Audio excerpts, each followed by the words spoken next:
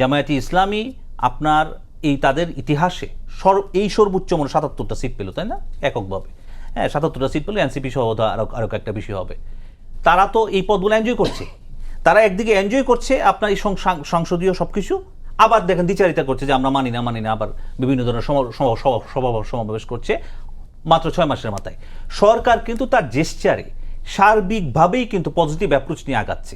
আপনি দেখেন সরকার যখন জ্বালানি ক্রাইসিস, এর আগে যখন আপনার জ্বালানি ক্রাইসিস হইলো, আপনার প্রথম যখন যুদ্ধ শুরু হলো, সরকার কিন্তু বিরোধী দলকে নিয়ে বললো যে আপনারা একটা কমিটিতে আসেন।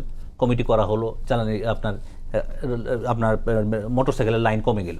ঠিক আছে, এই ধরনের বিভিন্ন ক্রাইসিসে কিন্তু সরকার বিরোধী দলকে আস্থায় নিয়ে তাদেরকে নিয়ে আপনার এগুচ্ছে। এবং এইবার রাষ্ট্রপতি প্রসেসে তারা এই দিক থেকে ধন্যবাদ পাওয়ার যোগ্য। তারা কিন্তু হারবে জেনেও কিন্তু একটা রাষ্ট্রপতি একজন পদপ্রার্থী ডিক্লেয়ার করেছেন সেই প্রসেসে, গণতন্ত্রের স্পিড থেকে, রাইট। এটা কিন্তু দিস ইজ পজিটিভ, এটা কিন্তু পজিটিভ।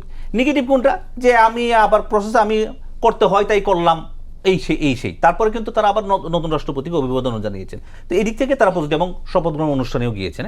এগুলো পজিটিভ অ্যাপ্রোচ।